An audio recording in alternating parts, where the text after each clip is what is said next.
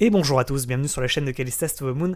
J'espère que vous allez bien. Aujourd'hui, vous le voyez, on est sur un pivot chartiste. Sur le Bitcoin, on arrive en haut de canal descendant. On a un cours qui en vue 1 heure contracte. Et la question que je me pose actuellement, c'est est-ce qu'il va nous préparer encore une fois une Bart Simpson? Est-ce qu'il va nous faire, comme il l'a fait par le passé, un pump, consolidation, retracement, on retombe au point de départ aux 39 000 $? La question se pose, hein. Vous le voyez pour le moment, on n'arrive pas à faire une cassure de canal descendant par le haut avec rallye haussier, retournement de tendance et reprise de hausse avec des plus hauts et des plus bas de plus en plus haut. On est sur un pivot chartiste. Soit il y a rebond en haut de canal descendant pour retomber en milieu de canal, voire en bas de canal descendant. Soit il y a cassure avec un nouveau rallye haussier pour repump et aller chercher le milieu de canal ascendant que l'on voit en vue journée. Situé, je vous le rappelle, à 44 000, 45 000 $, voire le haut de canal ascendant situé à 49 000, 50 000 $. Et ben à ce moment-là, s'il fait ce rallye haussier de reprise de hausse, ça veut dire qu'il inverse la tendance. Il retourne la tendance en vue 4 heures. Parce que on cassera un canal descendant par le haut et ça sera effectivement un signal d'achat de retournement de tendance haussier. Voilà, on est sur le point de pivot. Prenez vos décisions d'achat et de vente. Vous le voyez, là on est en train de tester le niveau que je vous ai donné sur Telegram hier et avant-hier en vous disant attention, les 40 950 $, c'est le niveau en dessous duquel il ne faut pas retomber, à peu près, hein. On est à 40 900, 40 950, mais vous le voyez, on est sur la bande basse de Bollinger, on a un cours qui contracte en vue 1 heure, on a des bandes de Bollinger qui nous disent attention, ça va être explosif, soit par le haut, soit par le bas. Si c'est par le bas, qu'est-ce que ça veut dire? Ça veut dire que ça réintègre le canal descendant que l'on voit en vue 4 heures, ça sera une fausse reprise de hausse pour réintégrer, rechercher le milieu de canal, voire le bas de canal. Si c'est par le haut, ça sera pour un rallye haussier de retournement de tendance haussier. Donc pour les holders, la question se pose, parce que vous le savez, il peut nous entraîner l'ensemble du marché à la baisse. S'il réintègre le canal, qu'il repasse sous les 40 900 $, il va nous entraîner l'ensemble du marché vers le bas, tout simplement. Et à ce moment-là, actuellement, ce serait le moment de décharger sur les crypto-monnaies pour ceux qui font du trading à trader ou de prendre une position en short, c'est-à-dire de parier sur la baisse du cours pour aller rechercher les 39 000, voire les 37 000 $ sur le Bitcoin. Ceci n'est pas un conseil en investissement, vous risquez, bien entendu, des pertes financières. Prenez vos décisions, on y est. On y est. Est-ce qu'il y aura Bart Simpson ou pas? Ça va se jouer, à mon avis, dans les heures à venir, là. C'est mal engagé, quand même. Hein. C'est mal engagé, ça ressemble vraiment, pour le moment, à une Bart. Pump, consolidation, on n'arrive pas à nouveau à avoir des acheteurs, on n'arrive pas à faire ce rallye haussier de cassure de canal descendant par le haut. Je ne veux pas être pessimiste, mais attention, je préfère prévenir tout le monde, attention à ce qu'il ne nous fasse pas la Bart pour retomber à 39 voire à 37. Voilà, vous êtes prévenus. Avant de débuter la vidéo, pour ceux qui n'ont pas compris, je vous rappelle que là, il y a une opportunité de short. Ça veut dire quoi? Ça veut dire de parier sur la baisse, sur la réintégration du canal pour retomber à 39 000 $. Je vous rappelle que je vous mets à chaque fois une vidéo formation totalement gratuite sur le trading crypto-monnaie où je vous explique comment parier sur la baisse des cours. Vous pouvez parier sur la baisse du Bitcoin dans le trading crypto-monnaie. Allez voir cette vidéo formation si ce n'est pas déjà fait. Je vous rappelle également que vous pouvez créer des comptes de trading sur Bybit ou sur Binance et avoir moins 10% sur vos frais d'échange en passant par les liens affiliés que je vous mets en commentaire épinglé ainsi qu'en description de la vidéo. Donc voilà, ça soutient également la chaîne. Donc je vous rappelle, hein, on va faire rapidement un point sur la vidéo. D'ailleurs, je vais juste vous refaire écouter ce qu'on a dit hier dans la petite vidéo de 1 à 2 minutes que je vous ai partagée sur Telegram. Comme ça va vous résumer la situation en vue journée sur le Bitcoin et pas être juste sur l'instant présent en vue 1 heure de se dire attention, il va nous faire la Bart, ça y est, pouf, on retombe à 39. Non, prenons un peu de hauteur, bien entendu, sur le Bitcoin et sur la situation actuellement. Oui, bonjour à tous, j'espère que vous allez bien. On va faire un petit point sur Telegram de la situation actuellement sur le Bitcoin.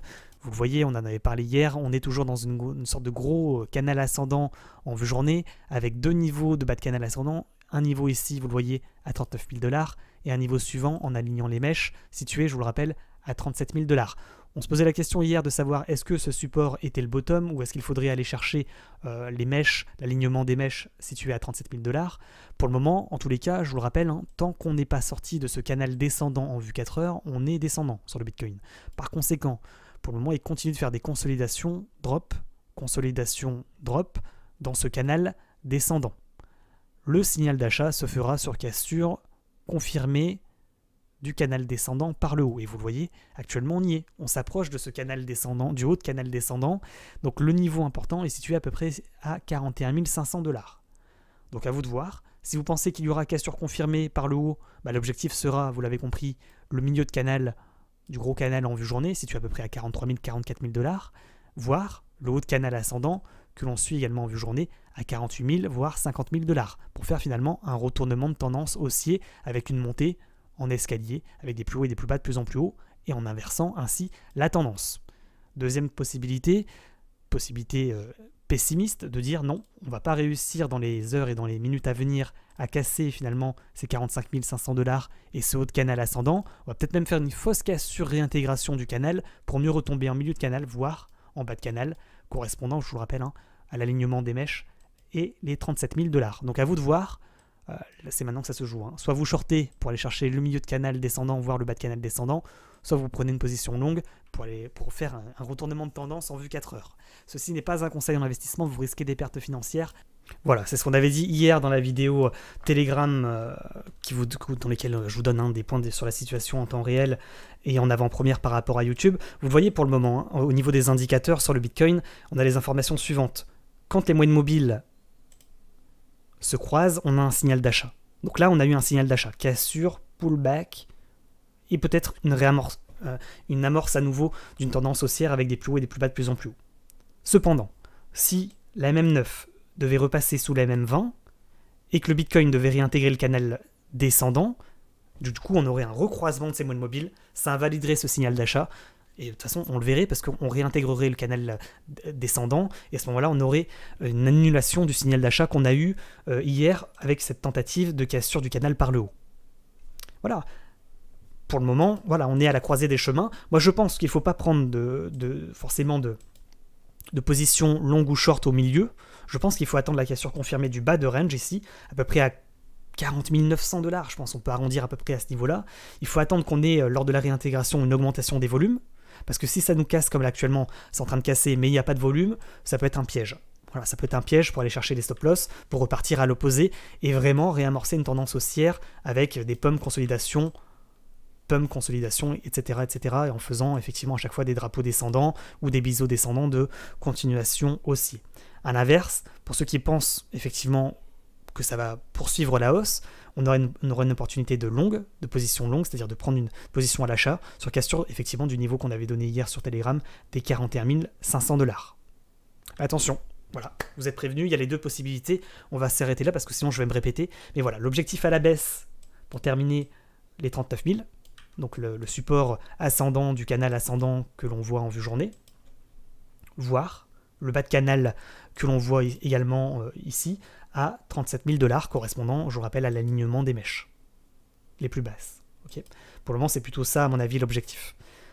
A l'inverse, si effectivement le Bitcoin ne casse pas son petit range que l'on voit en vue 1 heure et ne réintègre pas le canal, l'objectif sera, je le répète à nouveau, à peu près les 44 000 $, correspondant au milieu de canal ascendant que l'on voit en vue journée. Pour ce qui est des crypto-monnaies, de votre top 10 crypto-monnaies, bien entendu, je vous rappelle que ils sont entraînés par le Bitcoin. Si le Bitcoin rebondit en haut de canal descendant, pouf, il va nous entraîner le marché à la baisse. Donc sur le NIR protocole, on le voit également en vue journée, il continue une tendance haussière, il tente une cassure de résistance que l'on voit en vue hebdomadaire à 16.8. On voit qu'effectivement, on tente de multiples cassures de résistance que l'on voit en vue journée, situées ici à 17.6. Si on y arrive, effectivement, signal d'achat pour aller rechercher à nouveau les 20 $. Si on n'y arrive pas, on retombe en bas de range, objectif de cours à 15.3. Donc là, il y a une opportunité de short pour prendre entre les deux à peu près 13%. Je vous rappelle par contre, à contrario, qu'une cassure des 15.3 est un signal de vente de retournement baissier, avec un triple top, dont on a parlé dans la dernière vidéo, une cassure de même 20, de moyenne mobile 20 périodes, pour inverser la tendance et réamorcer une tendance baissière. Donc attention à la cassure des 15.3 sur les NIR protocole, qui sera un signal de vente. A contrario, la cassure des 15.6 sera un signal d'achat. Sur la Cardano, on est toujours dans une sorte de gros range, on casse le milieu de range pour retomber finalement sur les supports d'en dessous, et on fait du trading sur range, avec à chaque fois, quand on casse les supports, on va chercher celui d'en dessous, et ainsi de suite. Et quand on casse une résistance, on va chercher celle de dessus, et ainsi de suite. Sur Atom, même constat que sur le ADA Cardano. Sur le Phantom, on était potentiellement en bas de range, ici à 11.11. Pour le moment, on pourrait se dire ouais, on a trouvé le bottom, cependant quand on regarde en vue 4 heures, on n'a pas cassé le canal descendant par le haut et par conséquent on n'a toujours pas ce signal d'achat de reprise de hausse, un peu comme sur le Bitcoin. Le niveau à surveiller pour tenter un retournement de tendance haussier et une reprise de hausse, ça sera les 1,225 sur Phantom. Le Matic, toujours également en tendance latérale, entre plusieurs niveaux de cours, les 1.33, milieu de range à 1.51 et haut de range à 1.7. Le Ethereum, toujours également dans une tendance plutôt latérale en vue semaine, avec, vous voyez, une reprise de tendance baissière dans un canal descendant. Sur l'Ethereum, tant qu'on ne casse pas le canal descendant par le haut, on est descendant sur Ethereum. Par conséquent, un passage au-dessus des 3140 $ sera un signal d'achat potentiellement de reprise de hausse. Attention parce qu'on a une résistance au-dessus à 3170 $. Mais encore une fois, tant qu'on reste dans ce canal descendant en vue 4 heures, on est descendant. Objectif de cours à la baisse, c'est un peu comme sur le Bitcoin. Si on devait rebondir en haut de canal descendant, ça serait les 2970 $, voire ici le bas de canal descendant à peu près à 2780 $. Le VeChain, même constat que sur Ethereum. EGLD, même constat également que sur Ethereum et que sur le Bitcoin. Toujours dans une sorte de canal descendant et pour le moment pas de reprise de hausse tant qu'on ne repasse pas sur EGLD au-dessus des 164 $. Le Chiliz, plutôt intéressant en vue semaine. Vous le voyez, si on casse ce niveau des 0,285, le Chiliz pourrait être intéressant et il pourrait nous faire un pump. Pour le moment, vous le voyez, on est quand même assez loin de la résistance que je viens de vous donner. Le Solana, toujours, il suit l'Ethereum, il suit le Bitcoin, il suit EGLD. Il est effectivement dans une sorte de gros range comme ça et dans un canal descendant en vue 4 heures. Le Harmony, on est en bas de range, ça ressemble au Phantom, le Harmony. Tac, vous le voyez ici, en vue journée. Pour le moment, il fait peut-être un rebond en bas de canal pour rechercher le milieu de canal, voire le haut de canal. Mais j'ai envie de dire, il suivra également le Bitcoin. Pour ce qui est du Luna, il a cassé son canal ascendant par le bas. On avait dit effectivement qu'il allait avoir rebond potentiellement en haut de canal pour retomber en bas de canal. C'est cassure du bas de canal, signal de vente. Pour le moment, tant qu'on ne repasse pas sur Luna au-dessus des 92 $, on n'a pas de signal d'achat. Pour ce qui est du XRP, on voit qu'on est toujours dans ce magnifique triangle symétrique et que la cassure des 0,92 sera le signal d'achat potentiellement avec un pump à venir sur XRP. Mais pour le moment, vous voyez, on est également assez loin du niveau de breakout aussi. Voilà pour ce qui est de votre top 8 crypto-monnaies.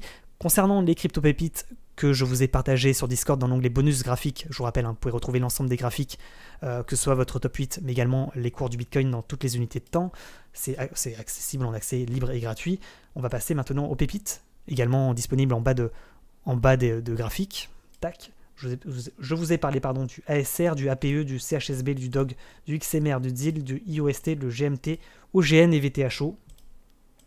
ASR plutôt intéressant, vous le voyez, avec un cours qui contracte énormément. Sur cassure confirmée de ce niveau, des 3,83, pour moi, il est numéro 1. Sur cassure confirmée de ce niveau, il pourrait faire un pump avec des pourcentages de cours assez intéressants de 6, 10, 15%. Donc ASR à court terme, c'est à surveiller. Je vous ai mis le graphique et le niveau à surveiller, les 3,82. Le APE, on en avait parlé hier en vous disant il peut être intéressant, APE, il pourrait rentrer en pépite. Entre le niveau d'hier et aujourd'hui, il a pris à peu près 18%. Bien joué à ceux qui ont fait le trade sur APE. Attention, peut-être qu'il faudrait songer peut-être à prendre ses profits, parce que là, on est en train de rebondir sur résistance. Bon, il y aurait potentiellement une résistance d'après ici à 14.3, mais déjà ce niveau des 13.6 est déjà effectivement un bon niveau de résistance sur lequel on pourrait rebondir et repartir à la baisse. Le CHSB, on pourrait le penser effectivement que sur CHSB, le niveau de cassure des 11,84 pourrait être un signal d'achat, de pump, comme on l'a fait ici il y a 2 jours. Donc dès qu'on repasse au-dessus, signal d'achat pour reprendre effectivement une tendance haussière avec une sorte de rounding bottom ou de tasse avec anse, en tous les cas sur cassure de ce niveau, signal d'achat. Par contre à l'inverse, si on repasse sous le niveau des 11.20, signal de vente, de reprise de baisse, vous le voyez, on repassera sous les moyennes mobiles exponentielles pour réamorcer une tendance baissière. Donc attention sur le Swissborg. Le DOG, je vous ai alerté ce matin qu'il pouvait rentrer en pépite. Sur cassure confirmée du biseau descendant que l'on voit en vue 4 heures. Donc pour moi, effectivement, il pourrait rentrer en crypto-pépite. Sur cassure confirmée des 0,143. Là, il a tenté une cassure. Attention à ce qu'il ne fasse pas une mèche, piège acheteur pour retomber dans le biseau. Ça suivra, à mon avis, le Bitcoin. Attention également au Bitcoin, bien entendu. Le XMR, on en a parlé juste avant. Le DIL, vous voyez, on est dans un canal descendant. Cassure d'un canal descendant par le haut, signal d'achat, donc niveau à surveiller, les 0,125 $. Attention, comme pour le Bitcoin qui ne rebondisse pas en haut de canal descendant pour rechercher le milieu, voire le bas de canal descendant et faire une fausse cassure, finalement réintégration. Niveau à surveiller, je le répète, les 0,125 le Zilliqa pour y rentrer aujourd'hui en crypto pépite. Le IOST, sur cassure confirmée des 0,0311, pour moi il pourrait être intéressant. Le GMT, sur cassure confirmée des 2.4, pardon, il pourrait également être intéressant. Et enfin le OGN, avec cette cassure de canal descendant par le haut, pourrait être un signal d'achat, avec également une cassure de ligne de coude, un double bottom. Donc niveau à surveiller, les 0,615 sur Origin Protocol. Donc on a fait le Bitcoin, votre top 8, également les crypto-pépites que je vous ai sélectionnés. Je commence à perdre ma voix à force de parler à toute vitesse. Néanmoins, voilà, je vous rappelle pour terminer qu'à la fin, c'est le Bitcoin qui décide. C'est lui qui peut nous emporter l'ensemble du marché à la baisse. Donc niveau à surveiller, je le répète, à peu près situé à 40 900 $, niveau en dessous duquel il ne faudrait pas repasser pour qu'il ne nous fasse pas une Bart Simpson et qui nous entraîne effectivement l'ensemble du marché à la baisse. À l'inverse, sur cassure confirmée du haut de range ici à 41 500 $, il pourrait y avoir un signal d'achat de reprise de hausse à ne pas négliger quand même. C'est une possibilité, c'est à prendre en compte. On s'arrête là, bonne journée à tous, bon trading à tous. On se retrouve sur Twitch normalement à partir de 20h, 20h30 ce soir. Je vous rappelle également que vous êtes les bienvenus sur le Discord ou sur Telegram pour l'actualité en temps réel et les alertes crypto-monnaies, en particulier sur le Bitcoin, sur Discord pour les graphiques, les fiches de trading, mais également l'entraide sur le trading crypto-monnaie. Et puis bien entendu sur Twitter pour les giveaways. Tout simplement, on s'arrête là, bonne journée, ciao ciao.